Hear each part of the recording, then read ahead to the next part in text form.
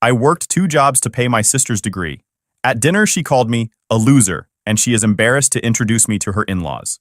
I ended her rent and told the family exactly why. Silence. Until the first of the month. Hey Reddit, buckle up because this one's going to piss you off before it gets satisfying. I, 29 male, need to get this off my chest. And honestly, writing it all out might help me process the absolute shit show my family has become. I'm Jake, and I work in commercial HVAC.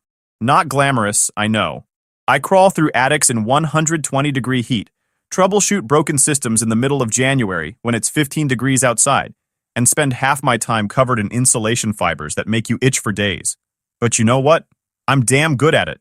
Make about $85,000 a year now, own my house outright, drive a paid-off truck, and have zero debt. Not bad for a guy who started as an apprentice at 18 making $12 an hour.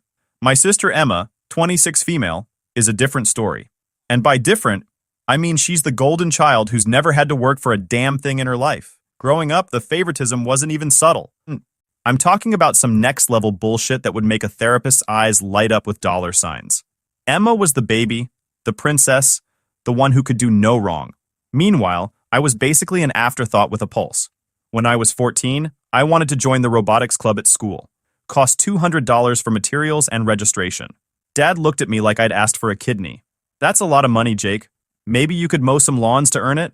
Meanwhile, Emma's dance classes that same year, $350 a month, plus costumes, plus competition fees. Never questioned once. High school was more of the same. I worked at Burger King junior and senior year to buy my own car. A beat-up 1998 Honda Civic that burned oil and had a passenger door that didn't open from the outside. Emma got a brand new Volkswagen Jetta for her 16th birthday. Bright red, leather interior, all the bells and whistles. Mom cried happy tears when Emma drove off that first day. When I finally got my Civic running after 3 months of saving and fixing it with YouTube videos, Dad just said, "Make sure you keep up with the oil changes." The real divergence happened when college applications started. I had decent grades. 3.4 GPA, nothing spectacular, but solid. I got into state school with a partial scholarship. The rest would have been about $15,000 a year after loans. I remember sitting at the kitchen table with my acceptance letter, actually excited for once. Dad barely looked up from his newspaper. "You're planning to work while you're there, right? We can't help much. Can't help much. Translation? Won't help at all." Emma's college situation? Completely different universe.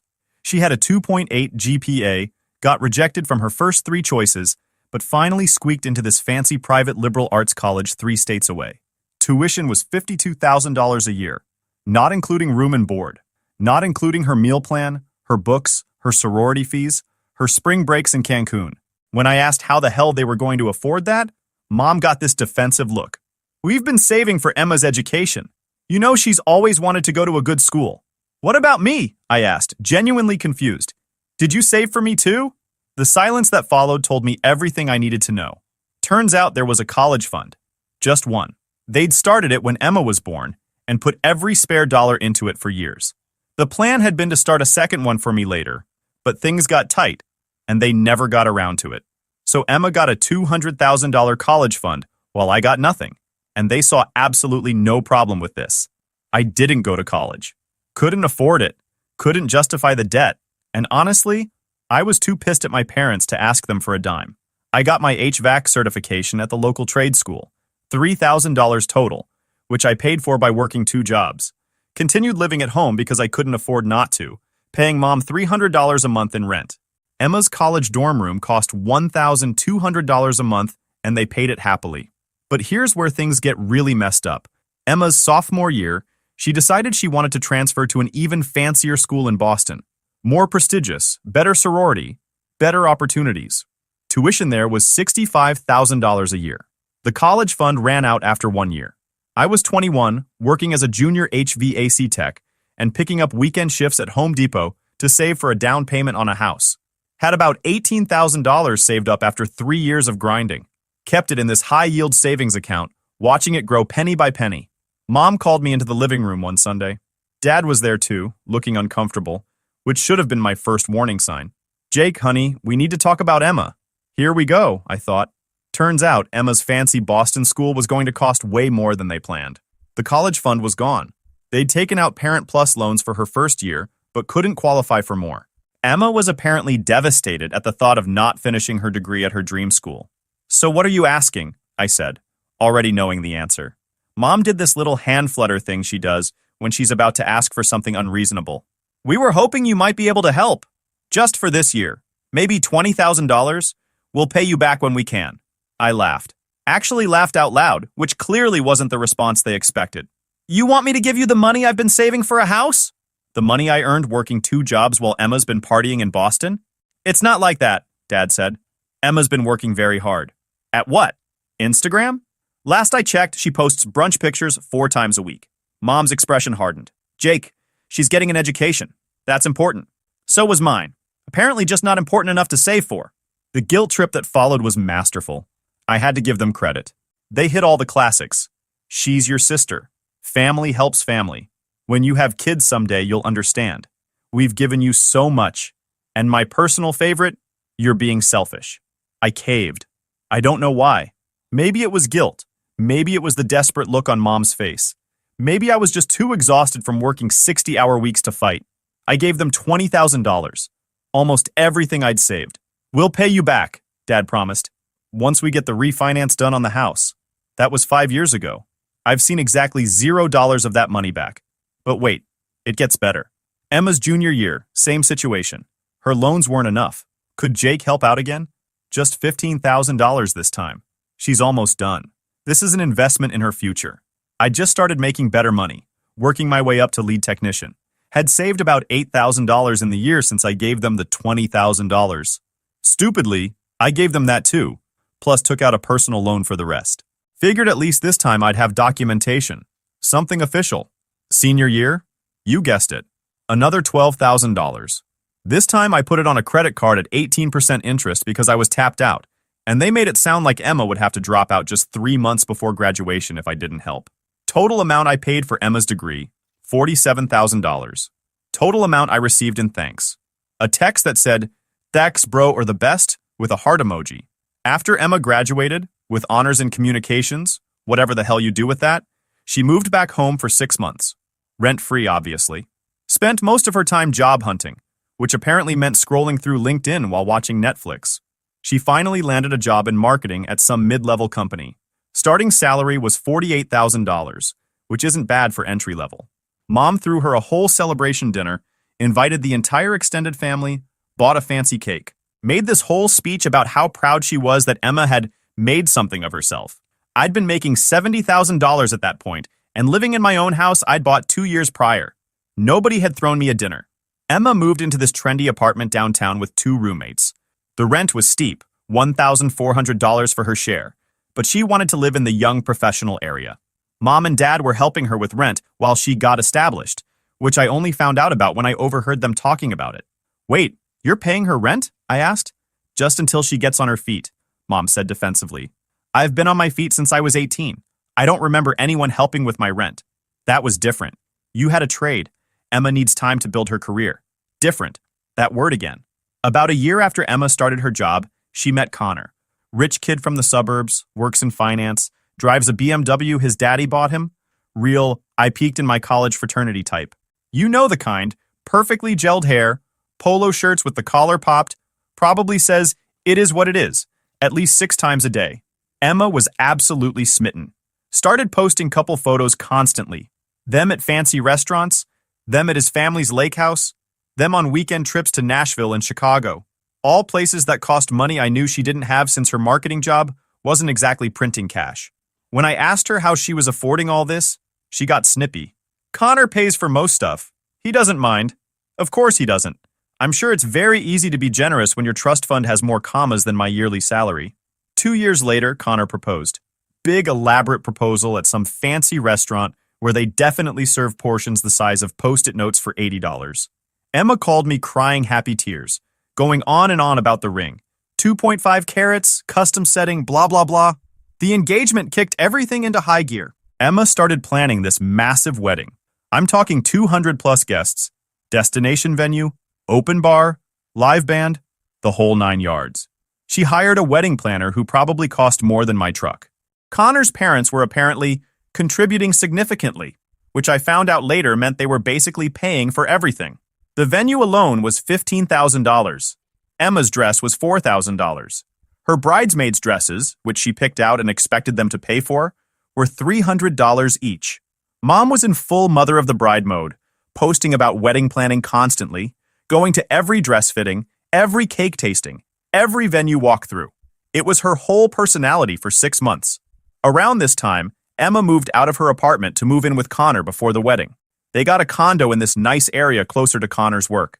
2 bedrooms, granite countertops, that whole fake luxury vibe that screams, I make $80,000 a year, but live like I make $200,000.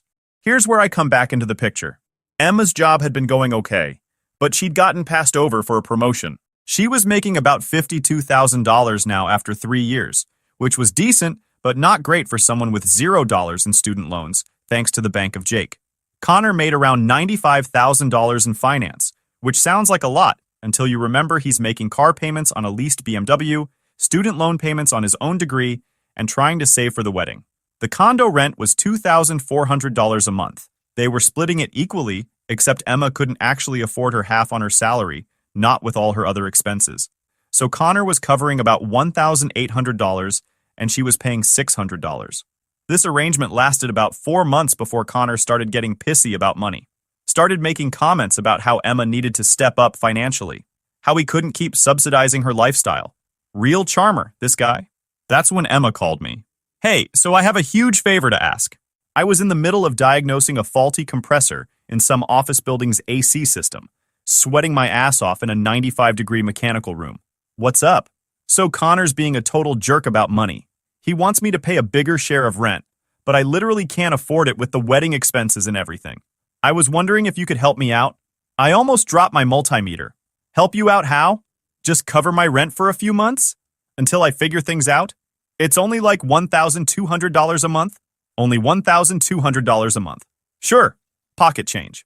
Emma, I already paid for your entire college education. I'm not paying your rent too. You didn't pay for my entire education, she said defensively. Mom and Dad helped. With the college fund they saved exclusively for you while I got nothing? Yeah, they helped all right. Why are you bringing that up? That was forever ago. It was 5 years ago. And you still haven't paid me back a single dollar. Silence on her end.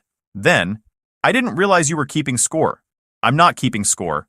I'm just saying I can't afford to keep funding your lifestyle while I'm over here working 60-hour weeks. Fine. Whatever. I'll figure it out myself. She hung up. For about 2 weeks, I didn't hear from her. Then Mom called. Jake, Emma told me you refused to help her with rent. That's correct. She's really struggling right now. Connor's putting a lot of pressure on her. That's between Emma and Connor. But you're her brother. Don't you care about her well-being? And there it was. The guilt trip. Mom, I've given Emma $47,000 over the past 5 years. I have cared about her well-being. A lot. But I can't keep being her personal ATM. $47,000? Mom sounded genuinely surprised. It wasn't that much. Yeah, it was. I have all the receipts if you want to see them. More silence. Well, we'll figure something out, Mom finally said, and hung up. What they figured out was this. Mom and Dad started paying Emma's rent again. All $1,200 of her share. They were basically subsidizing her adult life while she planned her expensive wedding to her moderately wealthy fiancé.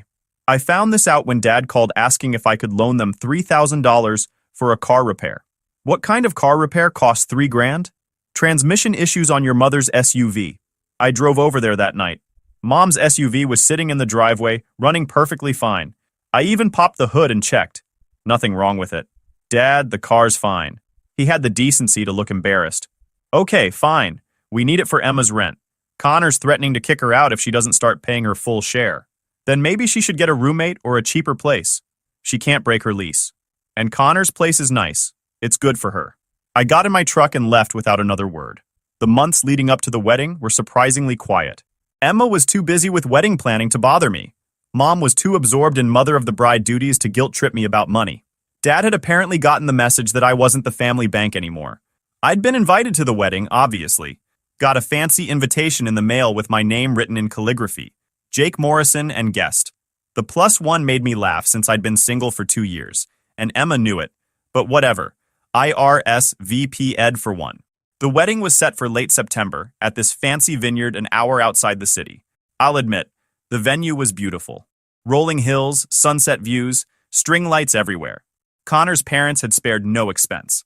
I showed up in my best suit, the one I bought for $300 at Men's Warehouse 5 years ago that still fit perfectly. Emma had insisted on a specific dress code, cocktail attire, but elevated, whatever that meant. The ceremony was fine. Emma looked happy. Connor looked like every finance bro who's ever existed. They said their vows, kissed, everyone clapped. Standard wedding stuff. The reception was where things got interesting. Dinner was this elaborate 5-course meal. I got seated at a table with some random cousins and family friends. Emma and Connor were at the head table with their wedding party. Mom and Dad were at a table with Connor's parents. The McMansion crowd, I called them mentally. Everything was going fine until Connor's mom, Patricia, came over to make rounds greeting guests.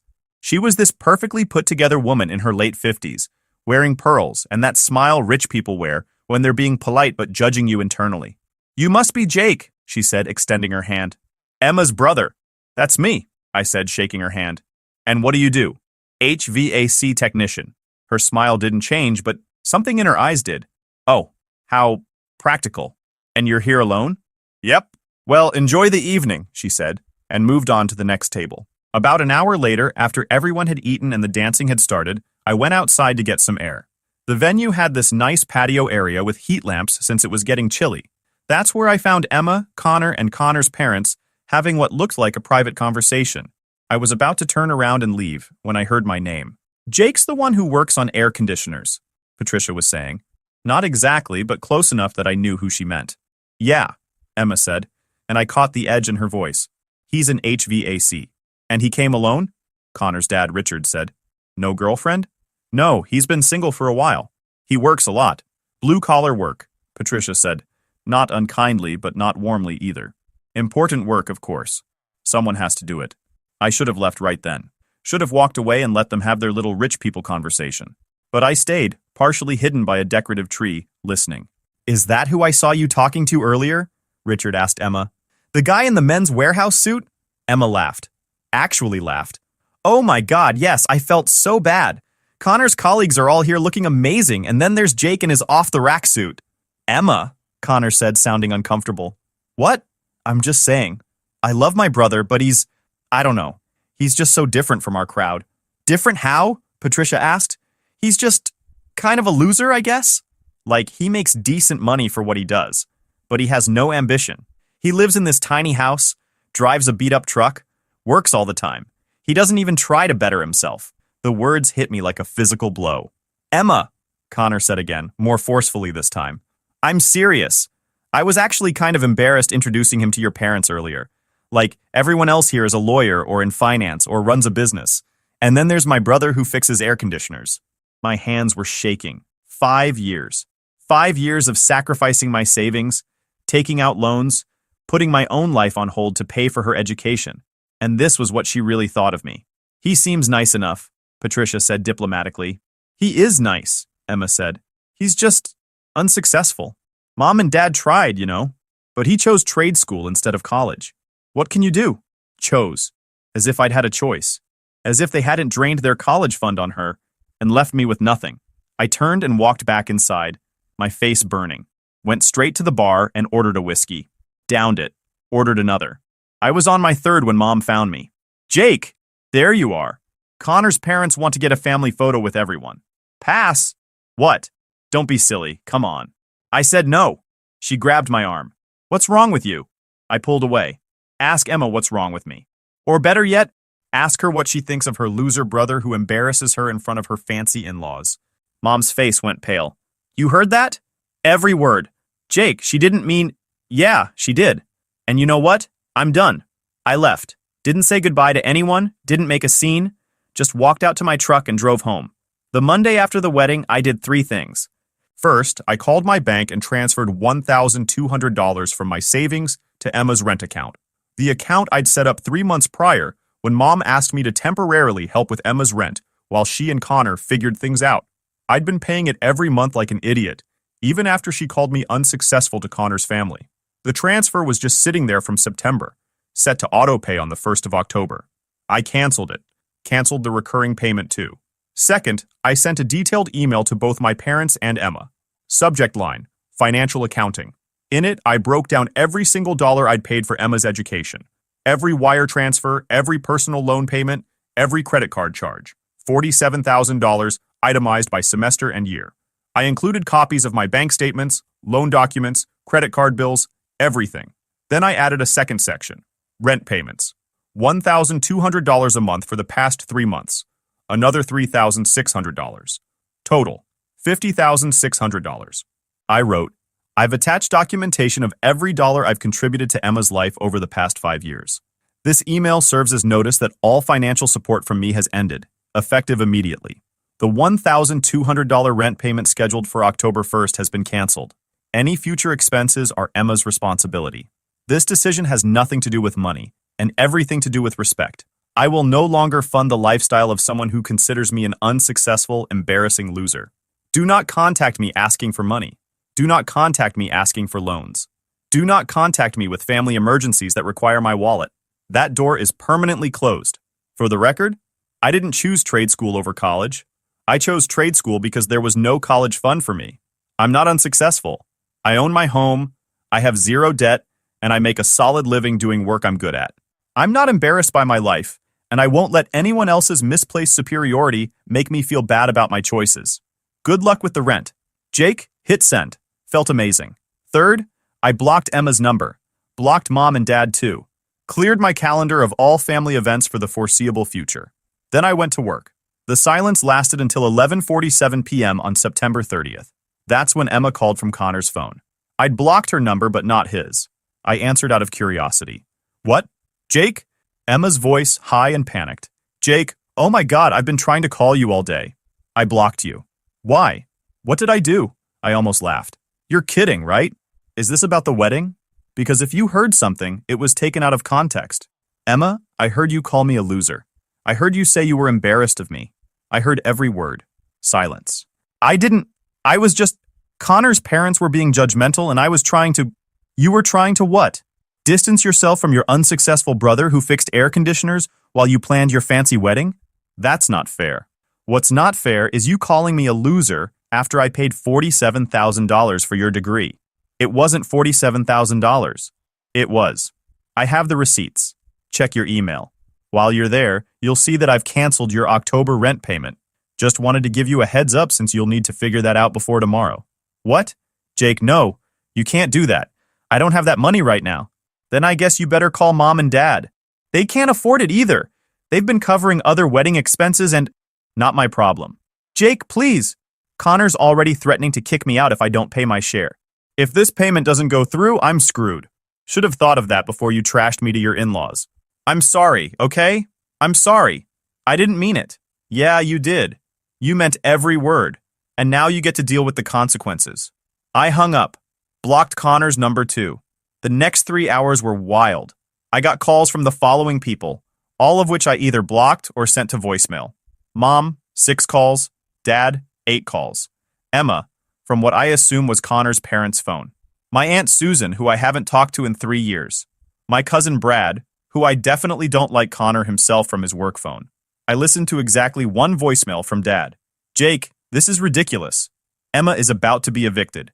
You need to send that rent money right now, and we can talk about this later. She's your sister. Family doesn't do this to family. I deleted it. October 1st. Rent is due. My phone starts blowing up at 8 a.m. I'm on a job site installing a new AC unit in some office building. My phone's on silent, but I can see the notifications piling up. Text messages, missed calls, voicemails. I ignore all of it and focus on my work. Lunch break at noon, I finally check my phone. 47 missed calls. 93 text messages. 12 voicemails. The texts are a journey through the 5 stages of grief. Emma, from a number I don't recognize. Jake, please, I'm begging you. The payment didn't go through and Connor is freaking out. He's threatening to call his parents. This is so humiliating. Please just send the money and we can talk about everything. Mom. Jake Morrison. You answer your phone right now. Your sister is in crisis.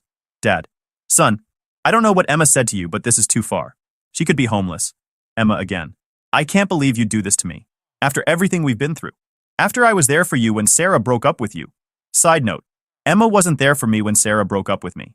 She sent 1 text that said, "That sucks," and then asked if I could help her move. The texts continue. Mom. Fine. If you won't send the money, I will. But we need to discuss your attitude problem. 2 hours later. Emma. Mom sent the money, but now she and Dad can't make their mortgage payment. Hope you're happy. Connor, from yet another number. Dude, this is between you and Emma, but dragging me into it isn't cool. Man to man, we need to talk. I screenshot all of these. Save them in a folder called Family Evidence. Then go back to work. That evening, I get a knock on my door. It's Dad, looking exhausted. Can I come in? I almost say no, but curiosity wins. Make it quick. He sits on my couch without being invited. Looks around my living room like he's never seen it before, even though he's been here plenty of times. Your mother and I had to drain our savings to cover Emma's rent. Okay? That's all you have to say? What do you want me to say? I told you 3 months ago I wasn't going to keep paying it.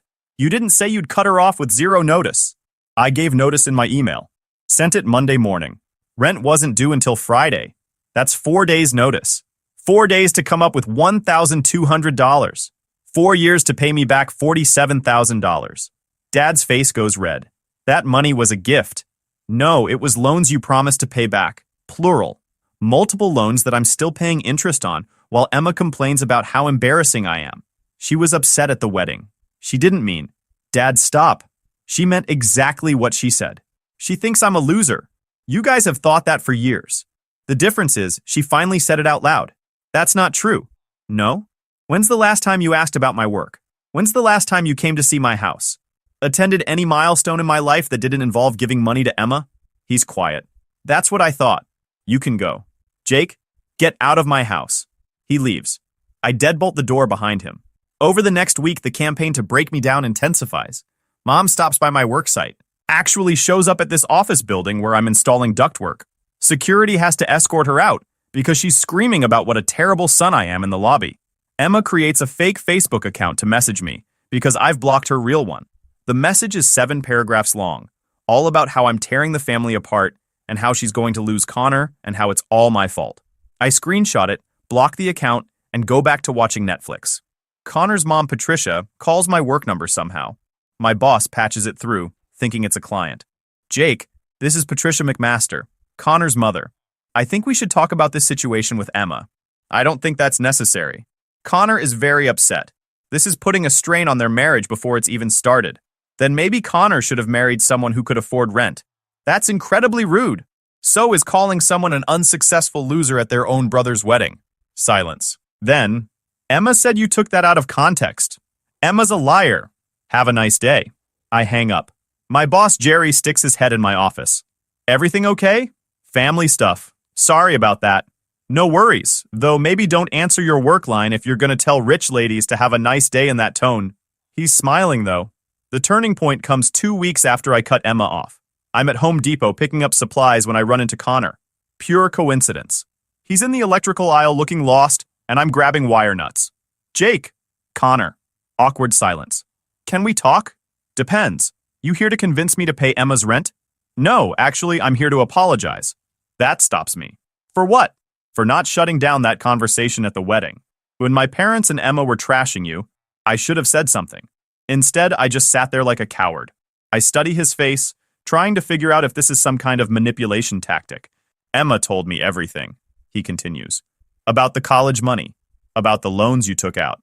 She's been lying to me about a lot of things. Like what? Like how she was paying rent before we got married. Turns out your parents were covering half and you were covering the other half. I thought she was paying out of her salary. When I found out she'd been lying, it kind of reframed everything. So what, you're kicking her out? No, but I am making her pay her full share from now on.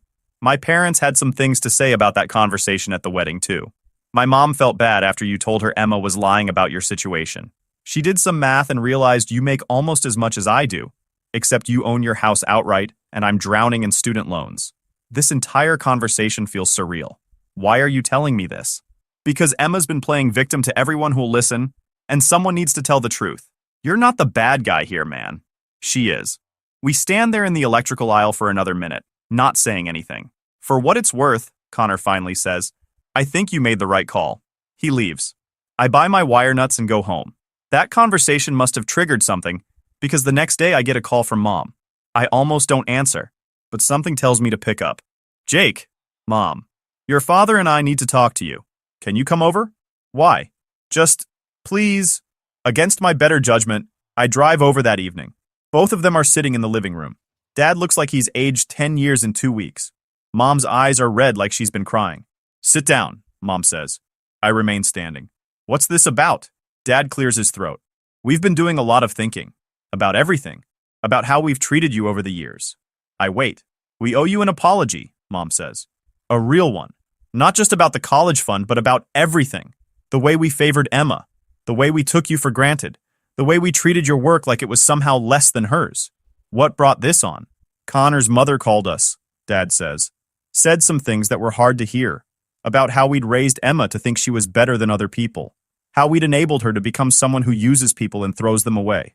She also said, Mom continues, voice breaking, that if she'd had a son who paid for his sister's entire education and asked for nothing in return, she'd be thanking him every day instead of treating him like a bank. Silence falls over the room. She's right, Dad says finally. Everything Patricia said, she's right. We've been terrible parents to you. I don't know what to say. This is what I've wanted to hear for years. But now that it's happening, it feels hollow. Emma's moving out, Mom says. Connor told her either she gets her finances together or the engagement is off. She's moving back home with us. And you're letting her? We're charging her rent, Dad says. $1,000 a month, the same as market rate for a room in this area. She can't afford that on her salary. Then she'll need to figure it out, Mom says firmly. We can't keep enabling this behavior. Patricia made that very clear. If we keep rescuing Emma from every consequence, she'll never learn. It's surreal hearing my mother say this. The same woman who'd once driven Emma's forgotten homework to school during her finals week in college. What about the money I loaned you? I ask. The $47,000? They exchange a glance. We can't pay it back in full right now, Dad admits. But we want to set up a payment plan. $500 a month until it's paid off. We'll put it in writing, make it official. Why should I believe you'll actually pay? Because if we don't, Mom says, Patricia McMaster has made it clear she'll make sure everyone in their social circle knows exactly what kind of people we are. And after meeting her and her friends, I can't afford that kind of social suicide. So it's not guilt. It's social pressure. Somehow that's both disappointing and unsurprising. I'll think about it, I say, and leave. 2 days later, Emma shows up at my house. I watch her through my Ring doorbell camera for a full minute before deciding to open the door. She looks rough. Hair in a messy bun, no makeup, wearing sweats and an old college hoodie I remember buying her freshman year. I'm not giving you money, I say before she can speak. I'm not here for money. Then what do you want? To apologize. Actually apologize, not the bullshit I tried to pull over the phone. I lean against the doorframe, arms crossed. I'm listening. I was a complete bitch at the wedding.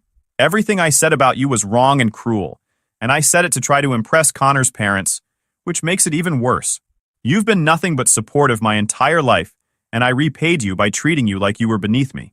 Keep going. I've been thinking about why I acted that way, and I think it's because I was jealous. Jealous? Of what? Of you. Of the fact that you have your shit together. You own a house, you're good at your job, you're independent. Meanwhile, I'm 26, living with my fiancé who threatened to dump me over rent money, working a job I hate, drowning in wedding debt, and completely dependent on other people to survive. You have a degree I paid for. You could get a better job. With a communications degree? Jake, I fucked up. I picked the wrong major, worked just hard enough to graduate, and now I'm stuck in this media mediocrity while you're actually successful. I thought I was unsuccessful. She winces. I know. I'm sorry. I said that because it made me feel better about my own failures. If I could convince myself that your life was worse than mine, then I didn't have to face how badly I'd messed up my own. We stand there in silence. This is the most honest conversation Emma and I have ever had. Connor broke off the engagement, she says finally. Said he needs time to figure out if I'm the person he thought I was. I'm moving back home. Mom's charging me rent. I can barely afford it. My life is falling apart. And you were right to cut me off. I needed to hit rock bottom to realize what I've become. What have you become? Someone I don't like very much. I consider her for a long moment. She's not wrong. This is probably the best thing that could have happened to her. I'm not paying your rent, I say, and I'm not loaning you any more money. But if you want actual help, like career advice or help fixing up your resume, I'll do that. Really? Really. But Emma, if you ever call me a loser again, if you ever treat me like I'm beneath you because of what I do for a living, we're done. Permanently. I understand. She leaves. I don't know if she'll actually change. People rarely do. But at least she acknowledged the problem. That was 3 months ago. Here's what's happened since. Mom and Dad have made 3 monthly payments of $500. They've kept to their word so far. I have it all documented in case they try to back out. Emma still lives at home. She's paying her $1,000 monthly rent. Barely. She got a second job bartending on weekends to make it work. Mom says she's been humbler, quieter, less entitled. Connor and Emma are still broken up, but I heard through the grapevine they're talking. Not sure what that means for their future? Don't really care. I've maintained minimal contact with my parents. We talk about once a week briefly. They don't ask me for money anymore. That alone is worth the price of admission. I'm still single, still working HVAC, still living in my paid-off house. Life is peaceful without the constant family drama. Aunt Susan called to apologize for the nasty voicemail she left in October. Turns out Emma had been lying to everyone about why I cut her off. Susan thought I was just being petty about some wedding slight, not responding to years of financial exploitation. Best part? I bought myself a new truck with the money I would have spent on Emma's rent these past 3 months. Nothing fancy, just a reliable work vehicle that I picked out myself and paid for in cash. It's mine, earned with my own work, and nobody can take it from me. YouTube just dropped this new hype feature. If you're hooked on this story, smash that hype button. It tells YouTube this video deserves to blow up, and it keeps even crazier stories coming your way.